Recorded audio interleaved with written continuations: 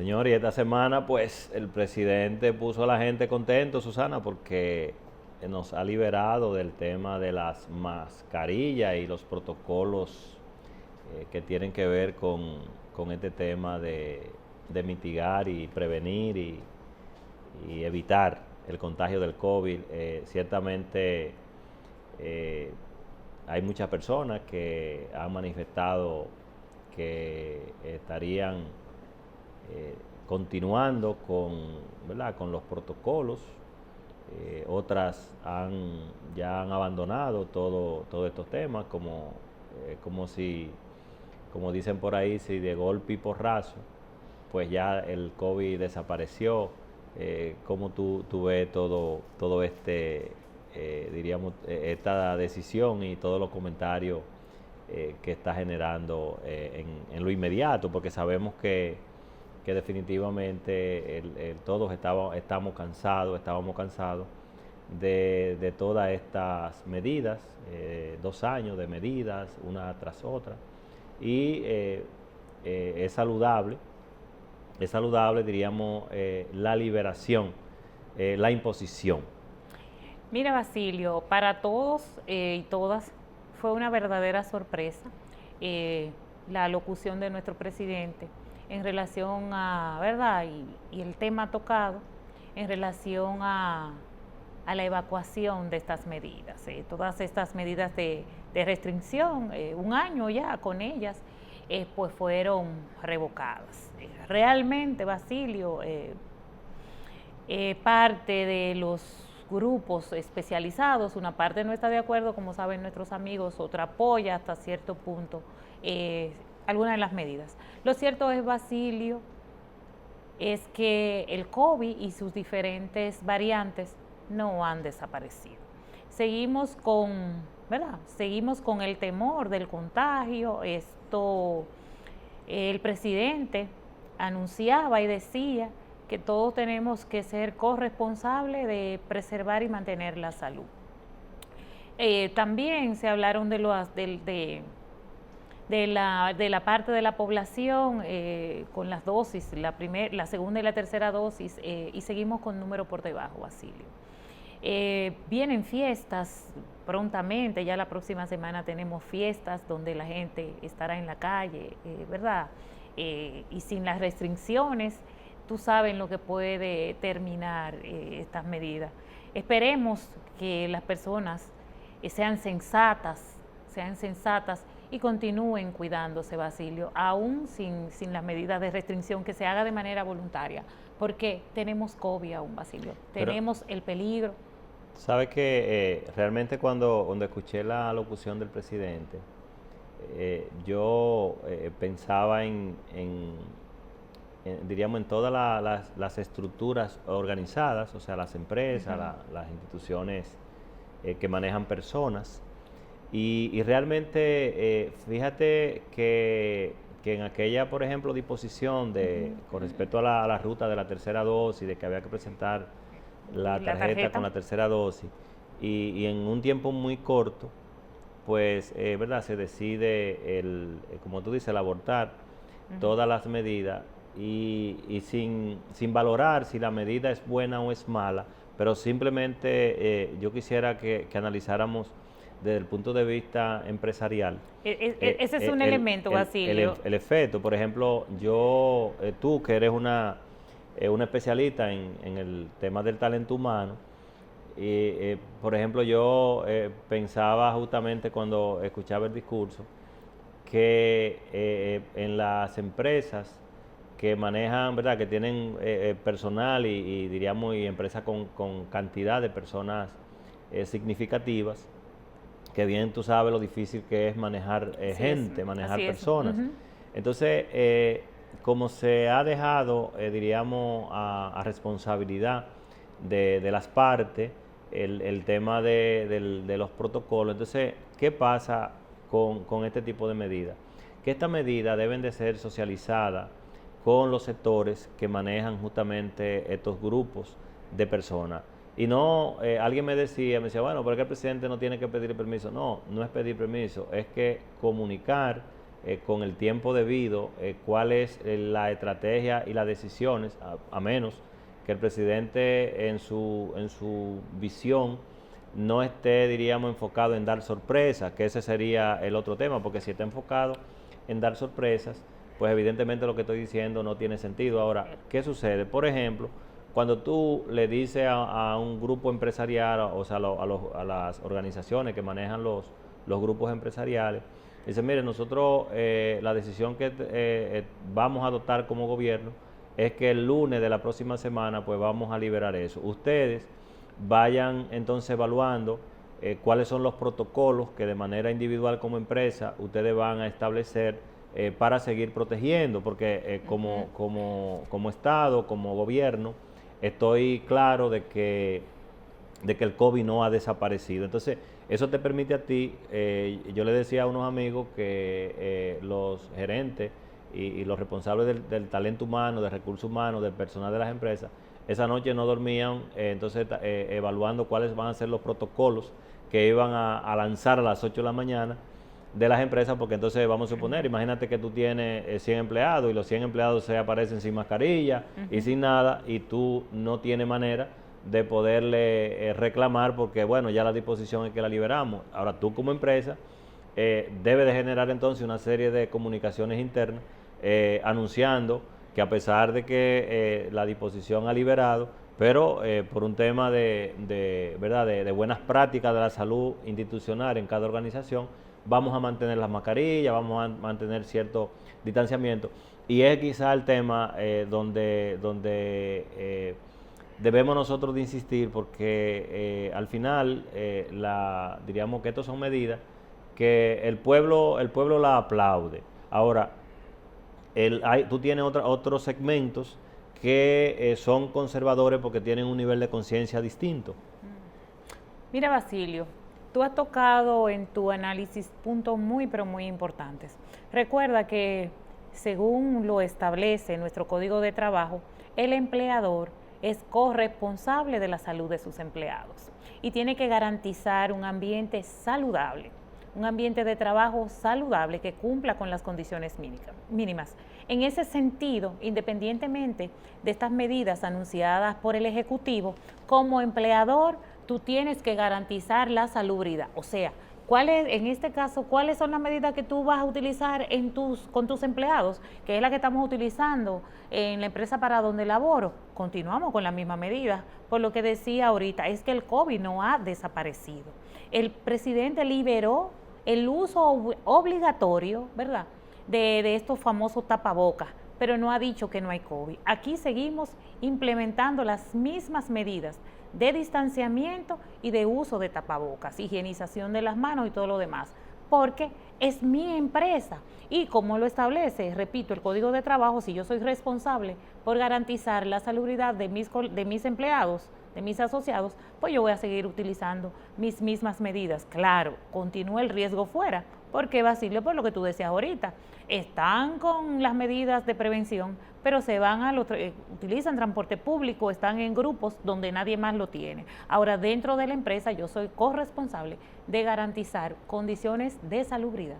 Y una de esas condiciones es mediante el uso de la mascarilla. Por ejemplo, al otro día de las medidas anunciadas por el presidente, en los diferentes departamentos de la oficina, convocamos. No ha desaparecido el COVID, seguimos utilizando las medidas de prevención. Sí, porque ahora, diríamos que ahora el esfuerzo debe de estar concentrado en concientizar a las personas. Así es. Para que entendamos eso que tú dices. O sea, diríamos que el enfoque del presidente ha estado muy correcto de trasladar la responsabilidad a cada individuo. O sea, fíjate que ya el tema comienza en cada uno mirar cuáles son los elementos que yo debo cuidar, porque por ejemplo, yo en esta semana pude leer las declaraciones, por ejemplo, del director de la policía, donde le daba para atrás a una disposición de que sus agentes pues andaran con mascarilla en la calle. O sea, diríamos, retrocede con esa decisión o con esa disposición, porque atendiendo a lo que el presidente había anunciado. Pero fíjate cómo es el tema de de la no comprensión de la, diríamos, del riesgo que cada sector maneja, hablando ya de empresas. Por ejemplo, fíjate que no es lo mismo una empresa que tiene 3 empleados, que puede perfectamente manejarse con un protocolo sin mascarilla y hasta, ¿verdad?, cierta distancia, porque quizá también son empresas donde los ambientes no son tan cerrados. Pero una línea de producción de zona franca. Por ejemplo. Y hay otros elementos, por ejemplo, las empresas que tienen, por ejemplo, vamos a suponer la Policía Nacional, por ejemplo. Fíjate que es una empresa o una entidad del Estado de personas. O sea, no hay forma de que tú puedas gestionar, por ejemplo, la Policía Nacional, si no es con las personas, ¿verdad? Con los agentes y todo el personal que administra todos los procesos. Entonces, evidentemente que ese tipo de entidad sí tiene que tener una política protocolar para ayudar a que esto pues pueda continuar en mejora, en progreso. Y yo creo que al final del camino lo más importante es eso, es que podamos, en este tipo de cosas, podamos llevar un mensaje mucho más anticipado para que todos podamos prepararnos diríamos, con los plan B, porque al final, diríamos, siempre vamos a tener que tomar decisiones, el gobierno siempre va a tener que tomar decisiones. Ahora, el asunto es que siempre en las decisiones debe de reconocer y debe de entender que esas decisiones pues impactan a otros sectores y sobre todo cuando esos sectores tienen que agenciarse su propio esquema, su propio plan, para seguir contribuyendo, porque al final del camino, de hecho, fíjate, cuando tú consultas y haces una encuesta, probablemente el 50% de la población dice, no, yo sigo usando mis protocolos. O sea, y eso, y diríamos que lo que está sobreentendido es que hay una decisión de relanzar la economía. Esto es una buena noticia para el mundo, porque cuando tú mencionas los países de América Latina que ya han liberado las restricciones, pues nosotros de seguro que vamos a estar en un buen lugar, en un primer, segundo, tercer lugar. Y eso es bueno porque sí, manda una señal positiva y sobre todo a la reactivación de la economía, a la cual nosotros estamos 100% de acuerdo, porque tenemos que reconocer que este país pues tiene 2 años, sobreviviendo. Para nadie es un secreto la cantidad de préstamos que hemos tenido que tomar, o sea, muchos criticados, otros no tanto, pero ha sido causa de lo mismo. Entonces, nosotros entendemos que definitivamente lo que sigue ahora es ir paso a paso, es ir midiendo, ir viendo cómo esto va evolucionando, y ya cuando llegue el momento de sentirnos seguros, de sentirnos tranquilos, pues entonces ya comenzaremos a vivir como estamos acostumbrados, porque lo cierto es que esta imposición, sobre todo, fíjate, este tema de presentar tarjeta, esto fue un tema muy traumático. Entonces, ya inclusive ya la gente no estaba en eso, y por eso pienso que el presidente, dentro de las razones de adelantar la medida, era porque ya diríamos, las estadísticas que estaba recibiendo era que la gente ya no estaba en eso. El sector comercial, eso es un tema muy pesado porque, por ejemplo, fíjate que nosotros venimos de unos modelos comerciales muy distintos a otros tiempos. Por ejemplo, hoy tú tienes unas plazas comerciales. Sí. Por ejemplo, fíjate que tú tienes una plaza comercial que tiene, por ejemplo, un parqueo soterrado, ¿verdad? Pero en ese parqueo soterrado tú tienes 4 o 5 entradas, porque tiene ascensores que suben por todos lados, porque son espacios muy grandes. Eléctricas. Entonces, en cada entrada de parqueo, o sea, de la puerta hacia la plaza, ahí tú tienes que tener una persona que no la tenía, no la tiene en condiciones normales, porque son plazas abiertas al público. Entonces, todo esto, para cumplir con esta medida, entonces tú tienes que contratar o mover a un personal para que estén apostados en la puerta de cada entrada. Fíjate cómo... Solo pidiéndote una tarjeta, solamente, que ni siquiera miran el nombre, piden la comprobación de la cédula y demás. Que la medida parecería como media sin sentido, por decirlo de alguna manera, y que no genera, en el caso de las plazas comerciales. Y que no genera valor agregado. Mira qué pasa, Susana, y amigos televidentes, las empresas, cuando desarrollan una actividad que no les genera valor agregado, eso es un tema muy incómodo. O sea, en todos los sentidos. ¿me entiendes? Porque tú dices, bueno, voy a poner a este en la puerta, pero ese me va a generar algo para yo vender más. Una pero plusvalía. De hecho, inclusive, fíjate que la presentación de la tarjeta lo que reducía era venta, porque cuando tú ibas y se te quedó, tenía que devolverte. Ya ese... Y si anda con alguien también. Igual. Entonces, o sea, es un tema... Por eso yo entiendo que el presidente ahí fue bien, estuvo bien asesorado con adelantar esas medidas, porque de igual manera, el hecho de... Porque tenía dos opciones. O abortaba todo el tema del control que ya se venía teniendo, decía, bueno, ya soltamos esto, y te queda entonces con unas medidas restrictivas que nadie la iba a acatar. La iba a llevar a cabo. Exactamente. Y Basilio, hay otro elemento adicional a todos los mencionados, y es que tenemos que reconocer desde el país y desde acá, desde su programa Portafolio Económico, es que desde el gobierno se ha trabajado en aras de mantener la población vacunada, Basilio. Se han hecho esfuerzos, es notable la inversión en vacunación, es de conocimiento público.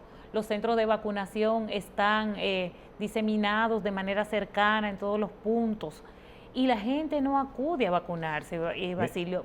Mira, millones de gente Susana, todavía sin el esquema de vacunas. Susana, mira, hay que reconocer, estoy 100% de acuerdo contigo, hay que reconocer que pocas veces hemos tenido a un vicepresidente fajador como esa señora. Con una responsabilidad. De hecho, el presidente Abinader debe de evaluar en esas instituciones que tienen muchos problemas de gestión, de gerencia, y considerar una movida de responsabilidad. Así como hizo Hipólito con Doña Milagro, que fíjate que en un momento la colocó en educación.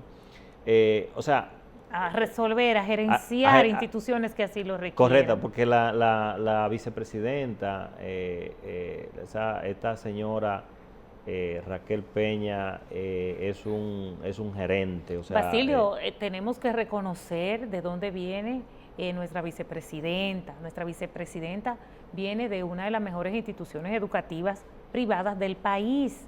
O sea, yo no estoy hablando y no me refiero a la parte académica, que obviamente viene de una escuela. Viene de una escuela con modelos de gestión, sí. Y evidentemente está formada así. Y cuando se está formado en esos modelos de gestión que funcionan, y se ha evidenciado en su gestión como vicepresidenta y es liviana, como gerente al frente es liviana, ella como funcionario es liviano, entonces perfiles así ayudan al gobierno. O sea, fíjate que por otro, en otras instituciones tú tienes perfiles que le hacen mucho ruido al gobierno. Entonces, cuando tú tienes un recurso tan valioso como la vicepresidente, pues tú tienes que ver cómo lo gestiona de manera objetiva. Y digo esto porque ya dentro de poco, diríamos, ese error tan importante que esta comisión que ella dirige ha desempeñado, ya diríamos... Va a perder funciones, va a perder un poquito. Va a haber más. Sí, ya de que el COVID ya llegue a su punto, pues diríamos, ya ella, esa intensidad, pues va cambiando y es un perfil excelente para dirigir instituciones complejas, que sabemos que hay instituciones muy complejas con muchos problemas y ya como se acercan... Con muchos problemas, pero que lo que necesitan es un gerente, Basilio. ¿Son problemas de gerencia? Problemas de... Bueno, sí, ya tú lo dijiste, son problemas de gerente. Sí, sí. Son problemas de gerencia y estamos seguros que esta señora, donde quiera que sea colocada, como mencionas, va a ser eficiente y eficaz. Sí, porque al final, mira, yo creo, y tenemos, Susana, que colocarnos en la ruta del corto y mediano plazo. Estamos hablando, cuando hablo de corto y mediano plazo, me refiero a un agosto, me refiero a un diciembre, y cuando me hablo de ese mediano plazo, el corto, agosto, diciembre, el mediano, estamos hablando de un año más, o sea, el año de tomar decisiones electorales. Y fíjate que el gobierno tiene que llevar una agenda que al mes de agosto el escenario de satisfacción de los ciudadanos pues sea un escenario muy, diríamos, muy nivelado.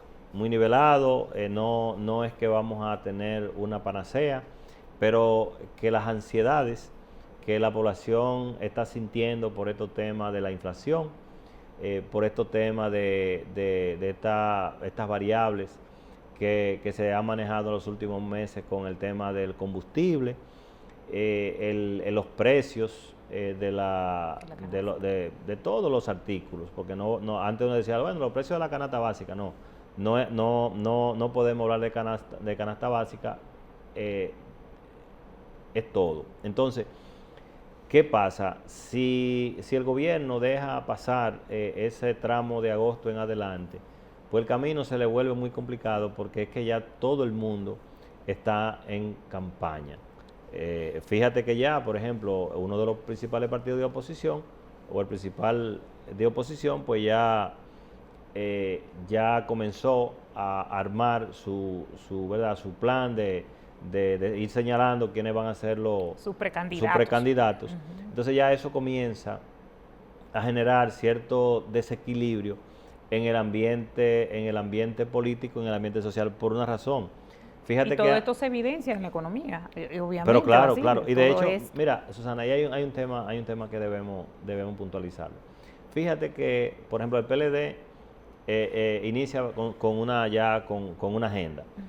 Que por todos los temas que sabemos, o sea, todos los procesos que se están llevando ¿verdad? Por estas acusaciones de supuesta corrupción ¿verdad? que existió en el gobierno pasado, pues diríamos que de alguna manera estaba un poco más en la esquina, recibiendo los golpes, como dicen. Los ataques. Sí, recibiendo los ataques y evaluando cómo va a reaccionar. Evidentemente, fíjate que una manera inteligente de reaccionar es tú recomponiendo tus cuadros para avanzar. Fíjate que el PLD, aunque en algún momento se emitieron declaraciones para justificar o defender cosas, pero su estrategia no ha sido defenderse. O sea, fíjate que parece que su estrategia es avanzar con la recomposición de los cuadros. Y tiene sentido por lo siguiente. Fíjate que antes de esa iniciativa, la población estaba concentrada más en el presidente, más en el PRM como la opción hacia puerto seguro, vamos a llamarlo de esa manera. Sin embargo, cuando tú comienzas a ver ya que hay otras opciones que se están activando, la esperanza comienza entonces a dividirse.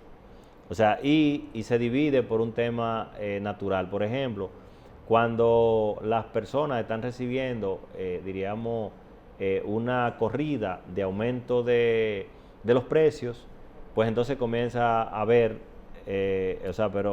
opciones, ¿me entiendes? Entonces, ahí son de las cosas que por eso digo que el presidente tiene una tarea, y es que de aquí a agosto debe de avanzar con quitar ansiedad en el ambiente. Recomponer, Basilio. Recomponer y bajar niveles. Lo saludable aquí es bajar los niveles y apagar los fuegos. Sí, definitivamente. Y el presidente está en eso. Mira, pocas veces hemos visto un presidente de la República con un enfoque hacia la gente. Si tú te fijas, tanto él como la primera dama son dos personas con unos oídos muy bien puestos. De hecho, yo creo, mira, yo creo que el presidente y la primera dama han aplicado una filosofía sin venderla. Tú recuerdas que siempre, no sé cuál de los partidos, no recuerdo, decía que había que poner el oído en el pueblo. ¿Tú recuerdas esa frase, sí, verdad? Sí, la recuerdo. Y tú conoces bien mi frase de qué es Roma. Exactamente. ¿De qué es Roma? Sin embargo, fíjate que el presidente y la primera dama, que cosa extraña porque ningún funcionario ha imitado esa línea estratégica. Porque es socavada, Basilio. No es tan visible. Tú sabes, Basilio, que cerramos los ojos y no imitamos. Pero es que, mira, tenemos un presidente que cuando David Ortiz, por ejemplo, fue elegido la llamada fue pública. Y los tweets. O sea, y con cualquier evento que se está pendiente, que Basilio. Tenemos un presidente moderno, Basilio. Exactamente. Un presidente que está activo con las redes, pero con mira, lo que dice la gente. Aparte de lo moderno, Susana, que es el punto, fíjate que mientras otros en un momento enarbolaban el tema del oído en el pueblo, del que sé yo qué, él lo está aplicando, o sea, utilizando las herramientas modernas, como tú dices, pero fíjate cómo él lleva, diríamos, de la mano esa estrategia. Entonces, y evidentemente hay que reconocer la capacidad de trabajo del presidente de la República, porque el llevar ese ritmo no es tarea fácil. O sea, no es tarea fácil. Y yo creo que viendo lo que es el entorno económico, nosotros estamos en un posicionamiento muy bueno. Yo diría que República Dominicana está en una posición de oro desde el punto de vista de lo que es generar riqueza. Recuperación económica. Sí, recuperación económica, porque es que, de hecho, fíjate que en esta semana, a principios de semana, salió, por ejemplo, el listado de unos 10 países, donde, o sea, calificados como los 10 países mejores para tu retiro. Y dentro de ellos, por ejemplo, en el tercer lugar estaba República Dominicana. Entonces, fíjate, cuando revistas importantes colocan a República Dominicana en posiciones de este tipo, entonces lo que está diciendo es que la inversión extranjera, todo esto veteranos retirados de cualquier país del mundo, están entonces viendo a República Dominicana como una opción. Y yo creo, y fíjate que cuando tú hablas de un país, diríamos, idóneo para retirarte, pues también tú le estás diciendo al inversionista que es un país bueno. Claro, que es un país seguro, que tus últimos días de vida están garantizados con calidad de vida, ¿verdad? Con seguridad, y que puedes invertir. Claro. Puedes invertir, porque hay una realidad, Basilio.